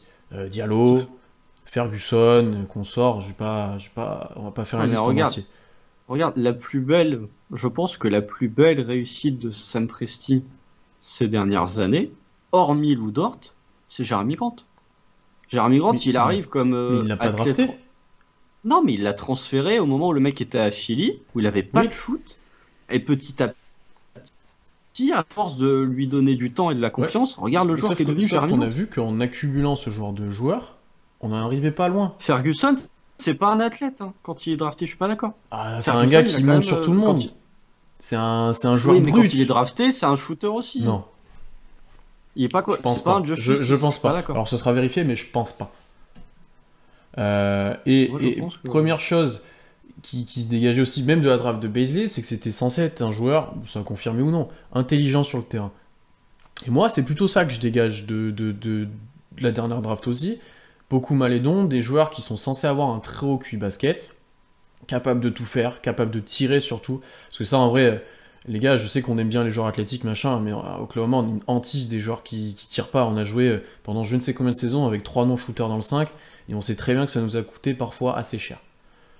Et pourtant, notre meilleure année, c'est celle où ta raquette, c'est Canter Adams. Mais ils sont pas tout le temps ensemble sur le terrain. Hein. En playoff, si. Non, ils startent pas ensemble, et il le fait surtout contre les Spurs pour faire du bully ball. Mais c'est pas ça. Enfin bref, c'est pas le débat encore une fois, mais ça nous a coûté cher plusieurs années. Donc, ce trade, il va aussi dans ce sens-là, où tu valorises peut-être moins désormais un athlète comme Diallo, et s'il reste à OKC, parce que ça encore une fois on n'en sait pas, parce que ça se trouve la semaine prochaine il est reparti dans une autre franchise, Mikhailiuk... Non, tu peux pas. Le trade oui, officiel, oui, c'est vrai, 60 c'est vrai, t'as raison. Oui, s'il est prolongé à la fin de la saison, on va dire, plutôt dans ce sens-là que je devrais le dire. C'est un autre profil qu'on n'a jamais eu au OKC pour le coup. À Brines, peut-être, même pas, qui se ressemblait. Si, il y a du Abrines. Un petit peu. Il y a du Abrines. Mikhailiuk, cette saison, bon, pour avoir parlé avec notamment Ilias, que je connais bien de Dunk Hebdo, qui est fan de Détroit, plus compliqué cette année que l'année dernière. L'année dernière, je suis à 40% à 3 points, 5 tentatives. Bon shooter, bonne année de sophomore, tir soyeux. J'ai vu. Vas-y. Vas-y. Non, mais j'ai vu dans le chat que quelqu'un qui nous disait, je ne me rappelle plus. J'ai vu aussi. Qui c'est, qui a dit j'ai vu Détroit jouer l'année dernière et Mikhailiuk, c'est pas shooter random. Bah justement, tu l'as vu jouer l'année dernière, est-ce que tu l'as vu jouer cette année? C'était plus compliqué parce que début de saison, il perd un peu confiance, il joue pas beaucoup, il revenait un peu ces derniers temps. J'attends de voir comment il peut s'exprimer à Oklahoma. Je pense qu'il pourra mieux s'exprimer à Oklahoma qu'à Détroit. D'après ce que les fans de Détroit m'ont un peu dit, du coup, c'est pas non plus qu'un shooter, c'est quand même un joueur un peu dur au mal, un peu défenseur quand il veut, qui a envie, qui se bat, quoi. Ça, je pense que ça rentre dans la culture d'OKC maintenant. Ouais, j'attends de voir, en fait, c'est ce qu'on va en faire de ce joueur. Je dis pas que c'est une bonne contrepartie, ça, je suis d'accord avec toi, c'est pas une contrepartie ouf. Parce que c'est un moins bon joueur qu'Hamidou Diallo, ça faut le dire, hein, et ça je suis complètement honnête avec toi. Ah ouais. Je dis juste que je comprends la logique derrière, je dis pas qu'elle est bien, je dis pas que c'est bien fait, je dis pas que c'est un bon trade, je dis juste que je comprends la logique. C'est une autre chose. Je suis dur avec Diallo, oui, il a step up dans plein de choses, etc. Mais ça reste quand même de base un athlète qui aura jamais de tir, je suis désolé. Hein. Ouais, enfin, attends, t'en as plein des joueurs qui sont. Si t'as un joueur qui a du handle, qui est capable de créer, qui est capable de défendre, faut le shoot à 3 points, c'est bien, hein, mais y a pas que ça en NBA. Une autre question pour toi, alors, est-ce que tu trouves le fit de Diallo cohérent avec ta base Malédon chez Bazley Poku? Dort, j'ai oublié Dort, pardon. C'est pas pire, pas mieux. Ouais, mais c'est pas... Cette saison, ça a plutôt bien fonctionné. Hein. Je suis désolé. Hein. Donc voilà, mais moi, c'est pas le trade de Diallo, je peux le comprendre, mais j'ai un problème avec la philosophie. Parce que c'est pas en te mettant à jouer comme tout le monde que tu vas gagner. C'est pas en te mettant à jouer comme tout le monde, c'est pas en prenant les Rockets, ils ont joué analytique aussi. Hein. Toi, tu étais dans l'exagération totale, ça fait plusieurs fois que tu le dis aussi dans la chorus privée, on va pas jouer comme ça, faut arrêter aussi. Et en plus, ce qui est assez drôle, c'est que dans ton article sur Shea, tu dis, t'es le pro du mi-distance, c'était le premier à dire dans l'article sur Shea, en mi-distance, il est pas bon. Enfin, il y a un moment, je veux bien, mais... Bah oui, sois bon. Il faut qu'il soit... Et effectivement, je vais pas dire prendre des mi-distances quand t'es nul. Je dis juste, et ça, tu peux pas me le contredire, je le dis et je le répète à longueur de temps, toutes les équipes championnes ont eu un jeu à mi-distance. Toutes. Il n'y en a pas une qui n'a pas été championne avec un jeu qui n'était pas à mi-distance. Je dis pas que t'as tort, mais je ferai mes devoirs pour voir la proportion de tirs à distance qu'ont pris les équipes sur ces années-là. Je ferai mes devoirs. Tu regardes les Lakers l'année dernière. Ah, les Lakers l'année dernière, je suis d'accord avec toi, mais quand les Warriors, par exemple, que tu cites souvent, je suis moins... Avec KD. Avant KD, je te parle, on a tout le temps la même discussion. Mais dans ce cas-là, Sean Livingston... c'est un role-player. C'est un role-player. Non, il jouait. Bon, bref, c'est pas le débat. Mais toujours est-il que ce changement de mentalité, moi, m'emmerde, parce que je trouve que t'as besoin des joueurs Energizer comme ça. T'en as encore. Désolé, t'en as encore. T'as Kenrich Williams. Eh ben, je peux te dire, j'aurais préféré garder Diallo que Kenrich Williams. Sauf que Kenrich Williams, sur les futures années, il vaut bien moins cher. Après, il n'y a pas le même âge non plus. Oui, c'est sûr. Kenrich Williams, il a 26 ans, là où Diallo en a 22. Kenrich Williams a plus de tirs que Diallo n'aura jamais, je pense. Ouais, bah, il a pas le handle, il a pas la création, par contre.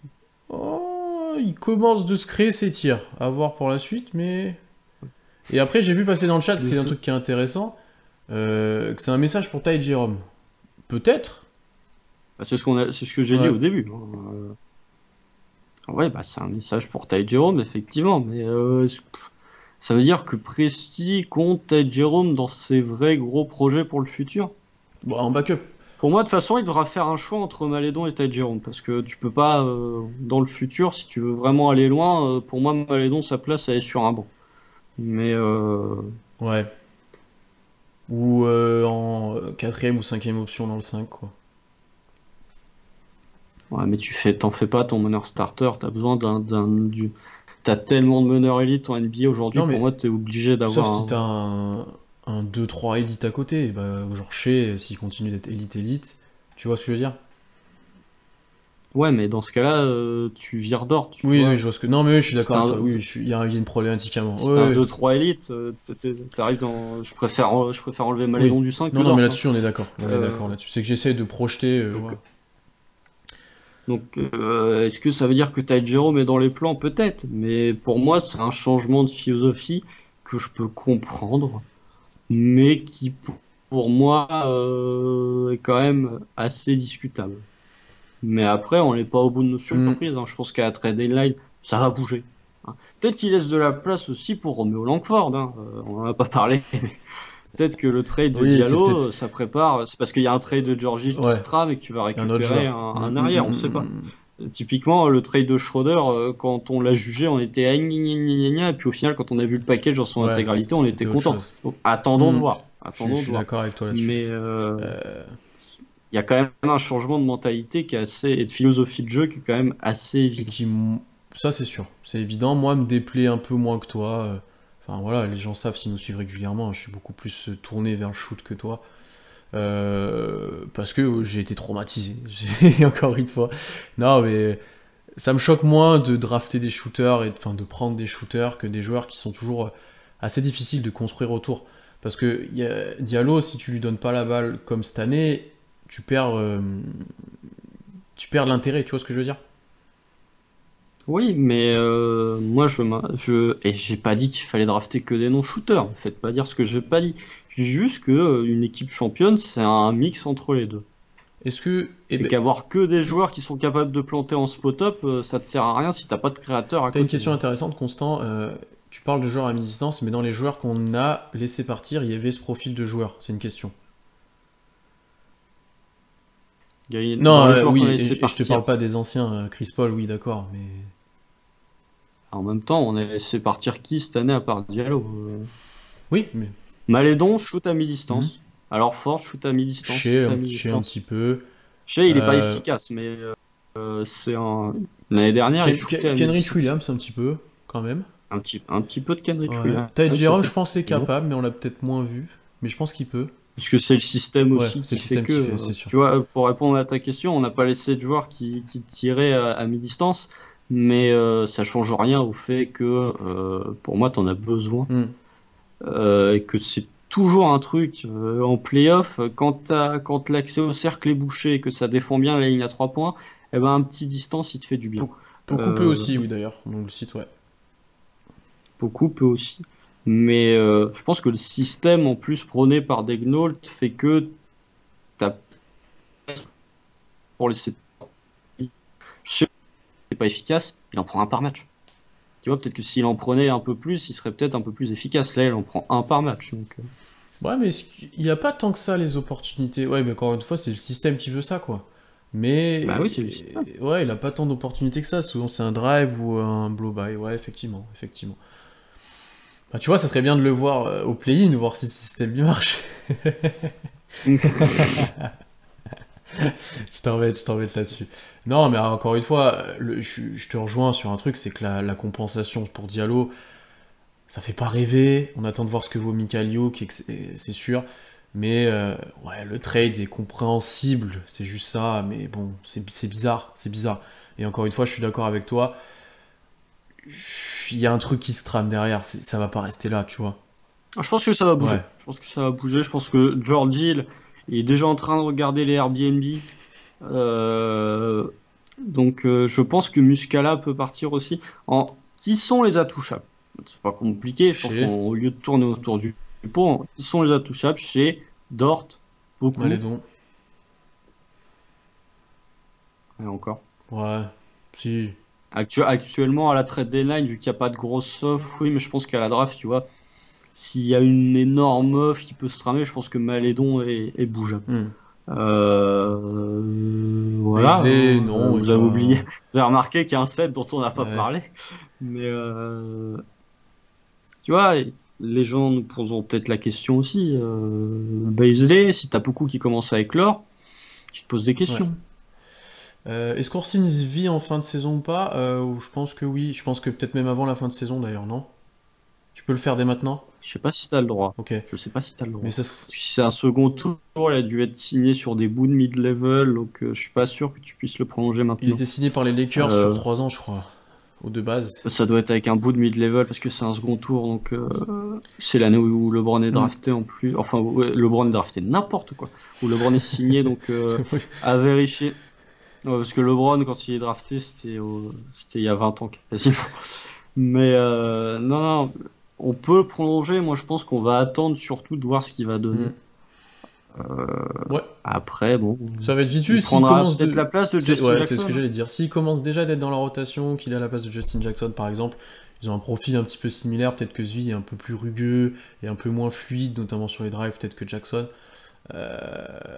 C'est similaire dans le rôle, donc on va voir comment il est utilisé. C'est pas exclu qu'il s'épanouisse aussi. Ok, si, ça se trouve, on aura une bonne surprise.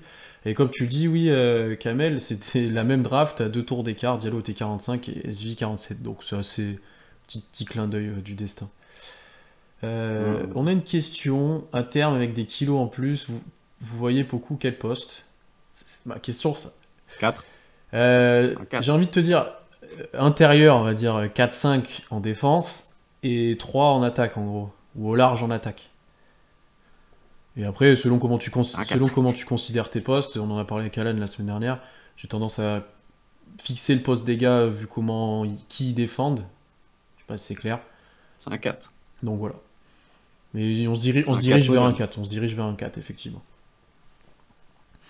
Donc, parce que je pense qu'il défendra pas les 5. Même s'il se muscle, hein, il arrivera pas à 110 kg. Il défendra pas les 5 directement, mais il sera en protecteur cercle. C'est un rôle un peu hybride, tu vois ce que j'ai envie de dire. Et peut-être sur des courtes séquences en tant que 5. C'est Draymond Green, quoi. Oui, un petit peu, non mais un petit peu. Et comme on en a parlé la semaine dernière, moi j'aime bien à côté d'un 5 pas forcément immense, mais très mobile, très physique, très aérien, très bon en pick and roll. Un rim runner. Ouais, un rim runner. Isaiah Jackson, ça qu'on avait dit la semaine dernière avec Alan. En fin de premier tour. Ouais, Isaiah Jackson. Isaiah Jackson, pourquoi pas, mais tu vois, tu l'aurais mis à côté de Nerlens, je pense qu'il aurait été complémentaire. Ouais. Les deux auraient été complémentaires. Ouais, je suis d'accord. Oui, après la problématique, ce sera toujours... Ouais, plus un 4 au final qu'un 5. Ouais, parce que... Bah, ça on le savait, mais pour défendre un Embiid, c'est ce qui est dit dans le chat, ça va être compliqué. Oh non, il pourra pas. Après, il n'y a pas grand monde qui peut. Après, qui peut défendre c'est la question aussi. Je pense que son coéquipier peut, Ben Simmons. Je pense que Anthony Davis peut. Je pense que Giannis peut. Et puis voilà, c'est la fin de la liste. Moses peut tenir ce rôle à terme? Non. C'est trop limité en fait. Non. Le profil ça rapproche, mais t'es trop limité. C'est pas... Défensivement, c'est pas possible quoi. C'est... Oh non, mais même offensivement. Parce que là, vu comme il se fait reculer par Valanciunas, beaucoup c'est la même chose en fait. Hein. Ah oui. J'ai du mal à... Et tu vois... Non, tu draftes ou tu signes un petit rim runner là, qui paye pas de mine en fin de premier tour. Là, et puis voilà. Vous tradez pour Mo Bamba à la deadline. Et du coup, ça marche super bien. Qui troll? Qui a fait ce troll? Je veux voir qui a fait ce troll. Désignez-le. Non, c'est moi qui l'ai fait. Ah, c'est toi? Ah non, mais je pensais qu'il y avait le chat pour dire ça. Non, c'est mais moi. Mo Bamba, c'est pas un rim runner, c'est un Gatorade distributeur. Vous pensez que Poku et Base, ça peut être complémentaire?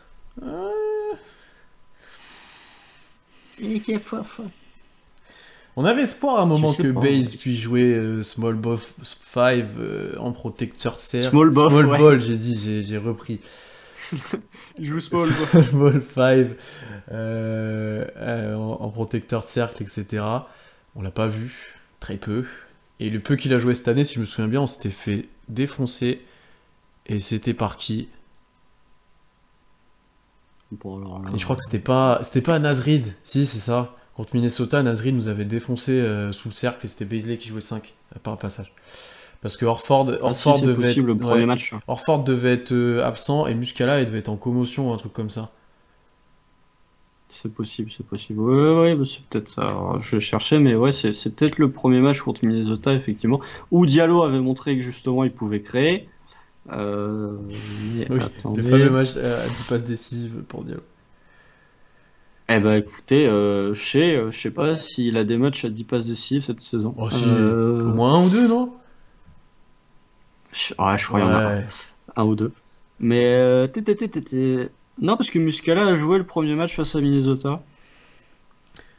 Donc après, et alors Ford a joué Vous aussi. pensez Donc pas que Bass c'est ne pas peut pas sûr. être inclus dans un trade pour monter à la draft? Ah, je pense que tu n'étais pas Si, là à nos précédents lives. Dans ce cas-là, merci de nous rejoindre, mais ça, on en a discuté un on paquet de en a fois. parlé. Effectivement, c'est une grosse possibilité pour nous. C'est une Et Joe Daniels, possibilité. il nous dit Surtout si Bass beaucoup en viendront. 3 et Poku en 4. Ouais. Il y a deux matchs à 10 à 6 pour Ah, Joe. Alors Joe, est-ce que tu sais en quelle année on est? On est en 2021. Est-ce que tu vois vraiment Beasley jouer au poste 3 en NBA en En termes de 2021? vitesse, c'est chaud. Hein. On est plus sur du 5 que sur du 3. Parce que là, tu arrives dans un tall ball si tu fais Ouais. jouer Beasley en Ouais. 3. Et j'ai du mal à le voir en 3 sur des 3 un peu plus petits. J'ai un peu de mal avec ça. Genre, tu dis Beasley, est-ce qu'il est capable de défendre un Jason Tatum? Non. Bah, Je pense pas. c'est- Après, il est bon défenseur, mais tu vois, Tatum est trop rapide, trop Ouais. mobile pour lui. Oui, c'est trop mobile. J'aime bien voir Beasley défendre sur des 4. Mm. Là où sur des 3 un peu petits, tu vois, Jimmy Butler joue comme Mm. un 3. Est-ce qu'il peut défendre sur Butler ou sur DeMar Mm. DeRozan? Je suis pas convaincu. Et puis on a Dort en 3, effectivement. Donc voilà. Après, oui, on a joué avec Orford et Brown hier. Alors ça aussi. J'ai pas regardé Ah le ouais, match mais en ça, direct et j'ai vu passer ça. J'ai dit, mais c'est pas possible. J'ai dit, et effectivement. Effectivement, Daynol s'est fait plaisir là-dessus. Ça, c'est Daigle qui fait ses expérimentations. Tu vois, il est tellement à bout de voir qu'on gagne des matchs. Je pense que c'est Presti qui lui envoie des SMS en disant tente des trucs avec ton 5, s'il te plaît, fais quelque chose. Qu'on perde, là, j'en ai marre. C'est un peu ça. C'est un peu ça. BZ c'était plutôt bien débrouillé contre KD quand même. Ouais, mais KD il joue 4 Brooklyn quoi. Il joue KD, ouais. KD, il joue même 5 sur certaines séquences. Donc, Ouais. Après, c'est vrai que Beasley fait, c'est pas un 3 Beasley fait que petit, 2-3, KD. effectivement, mais il est long. Et je me demande s'il a pas grandi d'ailleurs depuis sa draft. Hein. C'est pas exclu, il est jeune. C'est possible. Mais il est long en fait. Il est long et fait plutôt pâteau, j'ai envie de dire. C'est un peu dur avec lui. C'est un 4. Mais Putain, il a c'est pas pas la un 3. fluidité d'un 3, en gros. La vitesse, la vivacité. Je dis pas qu'il a pas de jus ou pas Je pense de. qu'il a il a la taille d'un 3, mais il a pas la vitesse et la mobilité latérale d'un 3. Ouais. C'est un 4 petit, quoi, Oui, encore 4 petits. entre guillemets. Ouais, Mais après les tailles en NBA, oubliez pas que KD il fait 2,04 ou 2,05 je crois selon la NBA. Hein. Oui. Donc, bon, voilà. Est-ce que le joueur avait les chaussures? Est-ce qu'il y avait des semelles dans les chaussures au moment où ils ont été mesurés? Est-ce qu'il Ça était c'est toute pieds une nus? histoire. Est-ce qu'il Mais, était. est-ce que c'est un jour où tu vois il était plus petit que les autres jours? Ça c'est toujours une les mensurations en NBA, c'est Si assez je me trompe pas, incroyable il y a eu aussi, ouais. l'inverse pour. On en a parlé il y a pas longtemps. De Bagley, qui était annoncé. C'est l'année dernière où ils ont réduit tout le monde. Qui était annoncé super grand et en fait doit faire peut-être la taille de Beasley d'ailleurs. Ouais, c'est possible. C'est possible. Mais ouais, non, mais les tailles en NBA, de toute façon, faut pas vous y fier. Mais tu vois, Bagley, il fait la même taille. Non, il fait 2,11. Alors, sur Non. Basketball Référence, Bagley, il est Non, annoncé à 2,11. non, Donc en gros, il est plus grand que Kevin non, Durant, non, hein, non, les non, gars. non. Euh, Non. mais et ouais, mais si tu vois, Bagley, Ouais. c'est un 4. Mais il fait pas de 11 Bagley. Hein. Je pense pas. Bon, bref, c'est pas la On question. pourrait faire une soirée entière à rigoler Oui. sur les tailles des joueurs. Les âges d'ailleurs pour certains. Alors, Buddy Hield, Ton Maker. On nous dit Ouais. n'empêche que ça doit être excellent d'être à la place de Daynault, le mec peut tester ce qu'il veut. Alors oui, il peut tester ce qu'il veut, mais des fois il doit tester des trucs que... Il faut y aller quand même, hein. Moi ça me ferait chier de devoir mettre Brown et Morford en même temps sur le terrain et billet quand même, hein. Enfin, des fois, Non, parce qu'il sait que ça marche. Oui, mais bon... Regarde ce 5 qu'il nous a sorti là ce soir. Et c'est le meilleur 5 du match. Hein. Tu sais, je me dis, Le 5 avec Miller, Poku, Robbie, Williams et Muscala, c'est le meilleur 5 du match. C'est le 5 qui fait le run. En préparation de match, tu sais, il doit se concerter avec ses assistants, il dit genre putain, on peut tenter ça aujourd'hui et tout, mais il tourne à quoi, c'est incroyable. Non, faut quand même donner du crédit à Mark Non. Daynault, hein, parce que il fait quand même une saison rookie. Genre, il y a des matchs qui nous fait gagner. Il y a du Shea aussi dedans. Hein. Je sais pas lequel des deux mérite le plus de crédit et lequel nous fera le plus chier quand on se retrouvera avec le pick 10 le soir de la loterie. Mais Daynault, dans la mentalité, il est quand même parfait. Dans la mentalité qu'il instaure chez ses joueurs. Et honnêtement, tu vois, même dans ses interviews, il est propre et tout. Dans ses temps morts, tu sens qu'il y a quelque chose qui se dégage après. Tu vois, là, temps mort du début de troisième quart-temps, où il prend un temps mort super rapide. Je pense que c'est contre New York, d'ailleurs, parce que j'ai regardé les deux aujourd'hui. Il y a eu... Oui, c'est Malédon est pas loin de perdre la balle, il y a temps mort au bout de 15 secondes dans le quart-temps, il fait un système de sortie de temps mort sur la touche, on prend 3 points ou 2 points, on met 2 points ou 3 points. Après, oublie pas, parce que c'est bien les speeches de temps mort, par contre les speeches de mi-temps sont pas encore... C'est pas toujours bien. Il y a un vrai il problème. est bon, les temps morts sont plutôt bien pris, il est bon dans les challenges, plutôt bon. J'ai l'impression qu'à chaque fois qu'on en prend, on gagne, bon, sauf le dernier match pour le coup. Non, il est propre, il est jeune en plus, c'est intéressant. Hein. Ouais. Mais après, bon, il fait chier quoi. Il va être viré, du coup il va Non, être viré bah, parce qu'on est trop fort. Oui. Non, parce qu'on est encore dans cette physionomie d'économiser des sous, puisqu'on a tradé Diallo, donc on garde toujours des sous, on vire pas nos coachs. Signer, je sais pas qui cet été, à une blinde, tu vas voir, ça va être trop drôle. John Collins. Et si on a tradé Diallo pour faire de la place à John Collins, est-ce que c'est bon, Constant, ou pas? Bah écoute, John Collins, il a un bout de shoot, oui. Hein, je suis désolé. Mais... N'oubliez pas d'ailleurs ce que j'ai dit il y a 2 semaines, personne proposera un il match est en, il est en clip John Twitch, Collins. je l'ai fait du coup, il est en clip Twitch sur la chaîne, vous pouvez le retrouver. On pourrait le ressortir le 1er juillet quand Dallas sera mis un max sur 4 ans à John Collins. Le temps passe, il commence de se faire un peu tard, on fait ça en soirée du coup pour une fois. N'hésitez pas à nous poser quelques questions, on a encore un petit peu de temps et après on ira se reposer. On profitera Moi j'ai cours demain matin les enfants. Hein. Et on profitera d'ailleurs des matchs un peu plus tôt, les semaines qui arrivent là, parce que c'est quoi? C'est qu'ils ont changé d'heure aux États-Unis et que c'est plus tôt, du coup, c'est ça, non?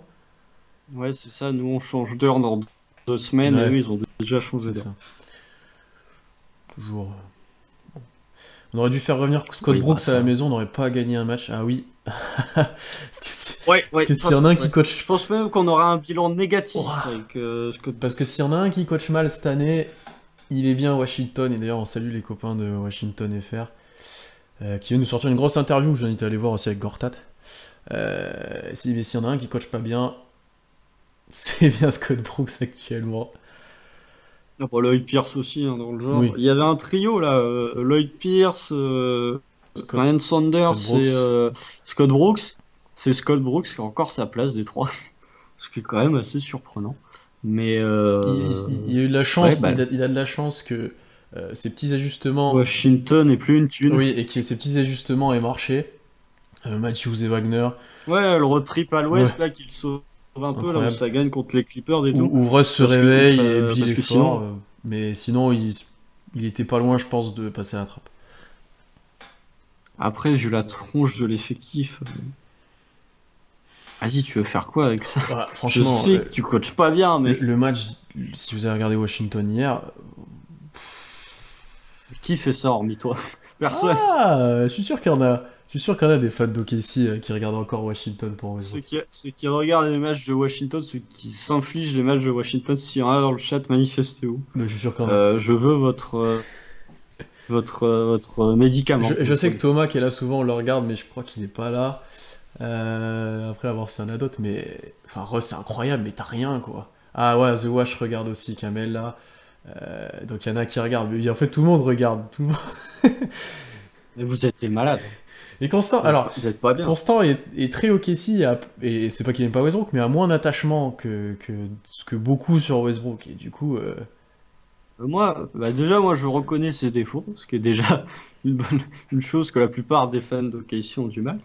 Et moi, déjà dit, hein, mais à partir du moment où tu quittes l'équipe, je suis moins fan de toi. Tu vois, je vais pas me lever pour aller voir les Pistons et regarder comment on va jouer à Milwaukee. Oui. Moi, c'est l'équipe avant le. Ouais, mais Russ, c'est Russ, quoi. C'est... les gens me comprendront, je pense. Et oui, hier, le match était super cool, hier, parce qu'énorme perf de Russ. En plus, il défend sur Giannis. Mais le Money Time est super mal géré par Brooks. Enfin, c'est... Ils passent encore à 2 doigts de gagner, alors qu'ils font un peu n'importe quoi, quoi. Enfin, bon, bref. C'est pas... Je crois qu'ils sont... Washington, je crois qu'ils sont à 1 victoire pour 13 défaites cette saison quand un quand un de leurs joueurs plante plus de 40 points. J'ai vu points celui-là, mais je crois qu'ils sont... Je me demande même pas s'ils ont gagné un match, mais j'ai vu passer ça. Si, ils ont gagné un contre Brooklyn où t'as Westbrook qui en met 40. Ça, c'est sûr. Ouais. Parce que je l'ai vu ce match-là, donc c'est un des rares matchs de Washington que j'ai vu. Mais non, mais ouais, bah écoutez, bon courage. Vous vous infligez. Alors vous faites quand même ceux qui se mettent les matchs de Washington. Vous tapez l'attaque du Thunder plus la défense de Washington. C'est-à-dire que vous faites ce qui se fait de pire. Tu fais une fusion dans la ligue des deux côtés. Tu fais une fusion des pires côtés. Voilà, t'as une équipe. Oh là là là là. Ah bah là, t'as. Ah, Kamel qui, je pense, veut dire Russ and Roll, la base constant. Ça, si Kamel, t'es là depuis le Russ and Roll, franchement. Non, mais moi aussi, je me souviens respect. Russ and Roll. Il y en a d'autres qui savent ce que c'est le Russ and Roll ou pas. C'est pas grave, pour ceux qui seront en replay, je couperai, ça, c'est pas très grave. Est-ce qu'il y en a qui savent. Moi, je me rappelle. Constant, tu te souviens, toi? Je me rappelle de la preview que t'avais fait face aux Blazers. De l'épisode de preview face aux Blazers là pour la série de playoffs où tu disais 4-2 au KC mais non, et où ça s'est pas du tout passé c'était le consensus, hein. Pas moi. Je crois que j'avais dit fallait faire attention, c'était typiquement la série piège. Celle de Utah encore pire. Quel enfer. Ah, Utah, ah non, ça, quel plaisir, c'est. Il y en a quelques-uns. Alors, qu'est-ce que c'est le Russ and Roll? En fait, pour la petite histoire, avant qu'on fasse des lives, des podcasts, et le podcast Up and Thunder là, que vous trouvez sur les chaînes du compte We Are Thunder, je faisais des trucs tout seul à mon compte, et le premier podcast avant qui s'appelle Up and Thunder s'appelait Russ and Roll. Et comme Russ est parti, j'ai dû changer de nom. D'ailleurs, le podcast était diffusé sur le flux de Dunk Hebdo où j'étais aussi apparemment. Donc je fais la petite explication. Donc ceux qui sont là depuis le Russ and Roll, bah effectivement ça date depuis Utah, je crois. Ouais, depuis au moins la dernière saison avec PG, donc ça fait 3 ans. Non, parce que je pense que j'avais commencé juste avant les playoffs de Utah. Bah, c'est la 3e saison, plus une campagne de playoffs entre nous. Et petit à petit, c'est comme ça d'ailleurs que je suis rentré sur le compte We Are Thunder, que c'est pas moi qui ai créé, c'est Morgan que vous avez peut-être écouté il y a un petit moment sur le podcast. Et petit à petit, il s'est retrouvé avec un tocard comme moi pour faire tous les lives et les podcasts. Ouais, trouver un plan de carrière, construisez un podcast pour finir avec moi qui fait avec une moustache et des éloges d'Aminu Diallo. J'avais imaginé ça. Donc ceux qui étaient déjà là, franchement, ça me fait plaisir de voir qu'on a encore qu'on suivi. Ça me touche presque, j'ai envie de dire. Mais on a bien évolué depuis quand même. Ah bah oui. Puis l'effectif a bien évolué aussi depuis. Effectivement. Ouais, je pense qu'on va arrêter là. Donc merci à tous d'être passés ce soir pour discuter en live avec nous. Je pense que l'épisode, celui-là, même si c'était un peu plus à la cool, sortira aussi sur toutes les plateformes d'écoute, etc. Donc n'hésitez pas à vous abonner à Twitch si ce n'est pas fait. Et partout, à YouTube et sur Twitter, et partout, Instagram, voilà. On se retrouve très rapidement pour des tweets incessants, j'ai envie de dire, parce qu'on n'arrête jamais, il y a tout le temps un truc, actuellement, il y a toujours des matchs. Et la semaine prochaine, pour un podcast ou un live, on verra ce qu'on fait.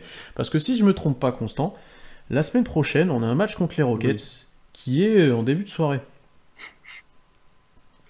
Ah, c'est possible. Elle tank à tout, on va l'appeler. Bah non, nous on tank pas. Non, mais alors c'est pas compliqué. La première défaite des Rockets, là, leur série de 14 perdus, c'est contre nous. Leur première défaite. Est-ce que, alors qu'il y a Golden State qui bat Utah, là, je viens de voir ça. Très bien, très bonne performance. Rudy Gobert qui est en 24-27. Putain. Ça fait plaisir. Ça fait plaisir, effectivement. James Wiseman, il a dû passer une soirée un peu compliquée, le petit. On a un match contre les Rockets dimanche 14h, donc ça doit être 20h. J'ai dimanche 19h. Donc il y a moyen qu'on refasse un truc un peu comme. Il y a moyen qu'on refasse un truc un peu comme aujourd'hui. Donc si ça vous a plu, je crois que c'est le cas. On refera ça. Donc voilà, merci à tous d'être venus. Merci à tous qui nous rejoignent. Je pense notamment à Nix8. Qui nous a posé des questions et tout, donc si c'était une des premières fois que tu es en live avec nous, j'espère que ça t'a plu, et n'hésitez pas à partager autour de vous encore une fois, et merci à tous les habitués, là ça fait plaisir à chaque fois de vous retrouver, à bientôt, et salut, à bientôt. Salut.